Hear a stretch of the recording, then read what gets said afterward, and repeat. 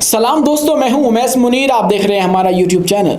दोस्तों, क्या वाकई पाकिस्तान के जंगजू अब रशिया और यूक्रेन की जंग के अंदर बराह रास्त कूद चुके हैं? मैं नहीं कह रहा हूं, यूक्रेनी सदर व्लादिमीर ज़ेलेंस्की ने यह इल्ज़ाम लगाया है और आलमी सतह पर एक नया कट्टा खोल दिया है कि न सिर्फ पाकिस्तान बल्कि चाइना से जंगजू रशिया पहुंच चुके हैं और रशिया से मैदान के अंदर उतरकर यूक्रेन के ऊपर हमला किया जा रहा है।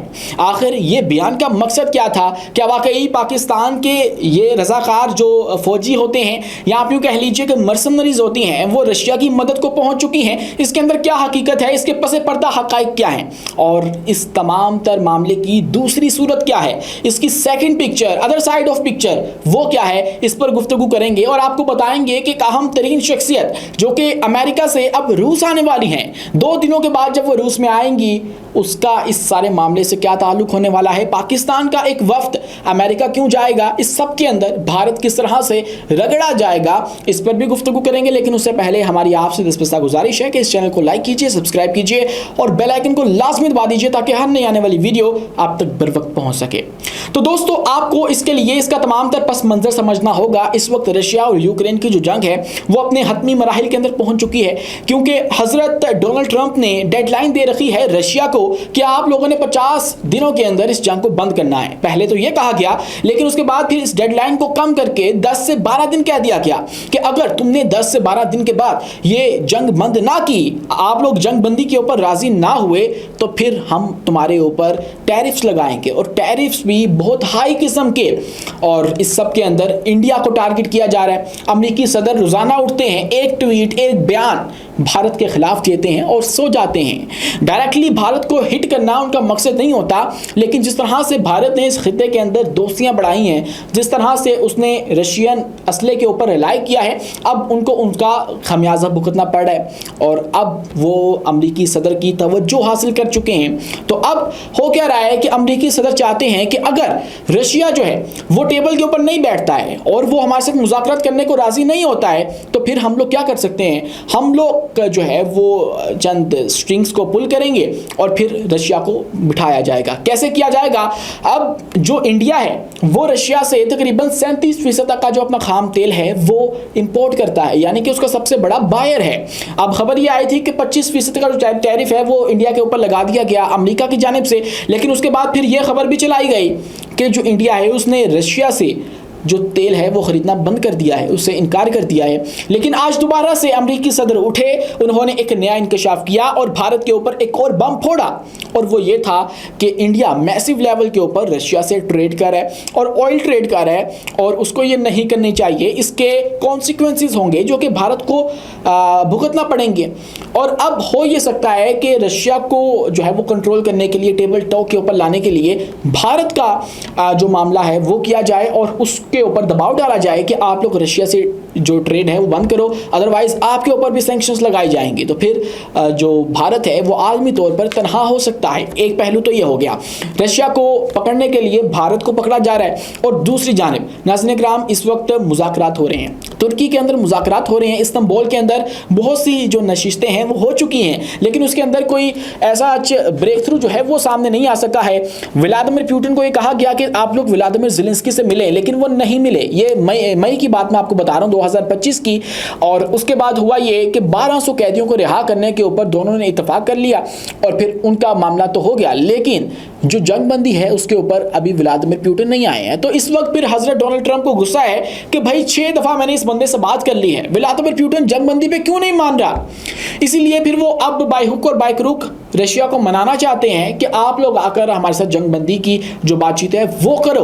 तो ऐसे में जो व्लादिमीर ज़ेलेंस्की हैं, जो यूक्रेनी सदर हैं, उन्होंने एक नया ही कट्टा खोल दिया है। और आज जब वो शुमाल मशरकी अपना खार्किव का जो रीजन है उसकी फ्रंट लाइन पे मैदान जंग के अंदर गए, जहां पे उनकी अहम तरीन को अपने जो मैदान के अंदर लड़ने वाले कमांडोज हैं उनके साथ मुलाकात हुई, तो उसके बाद उन्होंने आकर ये इल्ज़ाम लगाया न सिर्फ पाकिस्तान के ऊपर बल्कि चाइना के ऊपर, और उसके साथ उज़्बेकिस्तान, ताजिकिस्तान और अफ्रीका के चंद ममालिक के ऊपर यह इल्ज़ाम लगाया गया कि इनके जंगजू, इनके जो मर्सनरीज हैं, यानी कि इनके जो किराए के फौजी हैं, वो हमारे खिलाफ लड़ रहे हैं और रशिया अकेला नहीं है। अब इसके 2-3 मकासद हो सकते हैं। इसका पीछे वाला जो रुख है आपको वो बताऊं तो उसके अंदर सबसे पहले तो ये हो सकता है कि आपने सिंपैथी लेनी है, आपने जो अपने इत्तेहादी ममालिक हैं, यूरोप है, नेटो कंट्रीज़ हैं, उनको ये दिखाना है कि भाई हमारे खिलाफ इतने ममालिक लड़े हैं, हम लोग अकेले नहीं हैं, हमारा मुकाबला रशिया से नहीं है, हमारा मुकाबला पाकिस्तान, चाइना, फिर नॉर्थ कोरिया के ऊपर भी इन्होंने उससे पहले इल्ज़ाम लगाया था, और उसके बाद उज़्बेकिस्तान, ताजिकिस्तान, इन तमाम पर ममालिक के साथ हमारा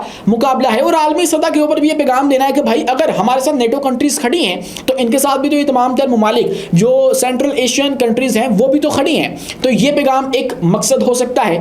दूसरा मकसद ये हो सकता है कि हम लोग नेटो से, अपने इत्तेहादी ममालिक से और जो अमेरिका है उससे मज़ीद असला हासिल करें, उनको बताएं कि हमें भाई यहाँ पे ज़रूरत है, हमारा मुकाबला इन तमाम तर ममालिक से है।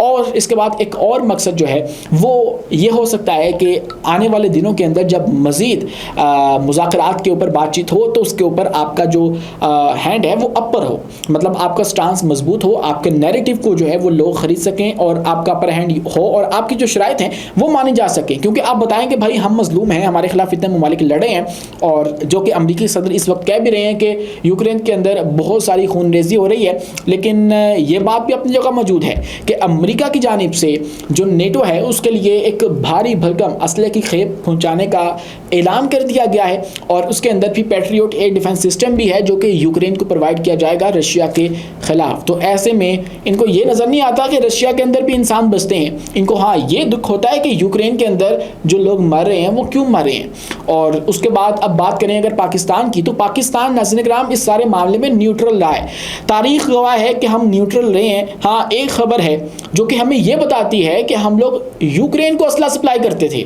लेकिन कभी ये नहीं बताया गया कि हम लोग रशिया को भी कुछ सप्लाई करते रहे हैं। हमने रशिया के लिए स्टांस लिया है, हम रशिया के लिए अमेरिका से लड़ने को तैयार हुए हैं। इमरान खान जब मिलकर भी आए थे, रशिया गए थे और वहाँ पे मुलाकातें हुई थी, तब भी हमने ये कहा था कि हम लोग चाहते हैं कि रशिया और यूक्रेन का मामला सॉर्ट आउट हो जाए और ये बात आगे ना बढ़े, जंग बंदी हो जाए। हम ये नहीं कह रहे थे कि रशिया की जानिब हम खड़े हैं और यूक्रेन को हम मारना चाहते हैं। तो ऐसे में ये इल्ज़ाम पाकिस्तान के खिलाफ बेबुनियाद है।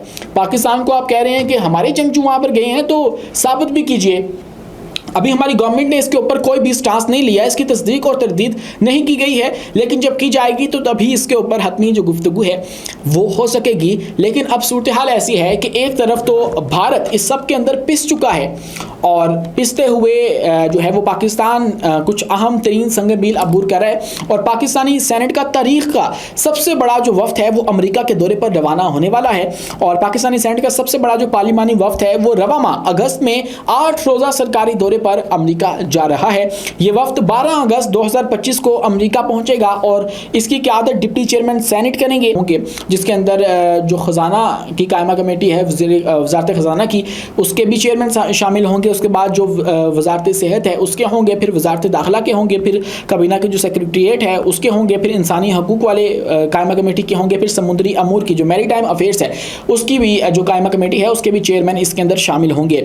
फिर पाकिस्तानी सेनेटर्स का जो दौरा है वो वाशिंगटन DC होगा, उसके बाद शिकागो में होगा, फिर न्यू जर्सी, फिर न्यूयॉर्क, और ये जो है वो एक ऑब्वियसली ये एक डिप्लोमेटिक दौरा है, एक सफारती दौरा है, और इसके ऊपर बहुत सी तनकीद भी हो सकती है, लेकिन ये एक अहम संग मील है अगर हम बात करें इंटरनेशनली, एक आलमी पर्सपेक्टिव के अंदर, एक आलमी तनाजुर के अंदर। ये जब हमारे भारत के ऊपर रोज़ाना हीट बढ़ती चली जा रही है, जो शिद्दत है उसके ख़िलाफ़ बढ़ती चली जा रही है, तो ऐसे में पाकिस्तान के ताल्लुकात अमेरिका और चाइना दोनों के साथ बेहतर से बेहतर होते चले जा रहे हैं। आज के लिए इतना ही। अपने मेज़बान उमैस मुनीर को दीजिए इजाज़त, मिलते हैं अगली वीडियो में किसी नई मालूमात के साथ। शुक्रिया, अल्लाह हाफिज़।